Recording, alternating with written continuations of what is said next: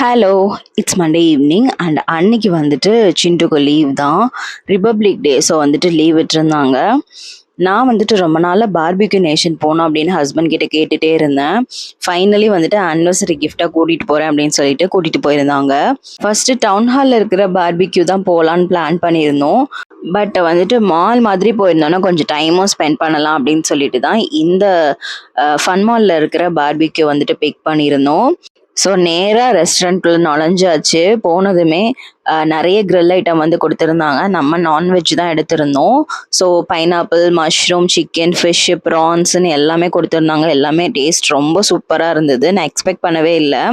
So அங்கேயே dinner எல்லாம் முடிச்சுட்டு தென் சிண்டு பார்க்கு போகணுன்னு கேட்டிருந்தா. ஏற்கனவே ரொம்ப லேட் ஆகிடுச்சு. ஸோ அதனால மால் உள்ளே இந்த மாதிரி ட்ரெயின் இருந்தது. அதில் மட்டும் அவளை விளையாட வச்சுட்டு அப்படியே வீட்டுக்கு கிளம்பிட்டோம். வீடியோ பிடிச்சதுன்னா லைக் பண்ணுங்கள். நாளைக்கு இன்னொரு வீடியோவில் பார்க்கலாம். பாய்.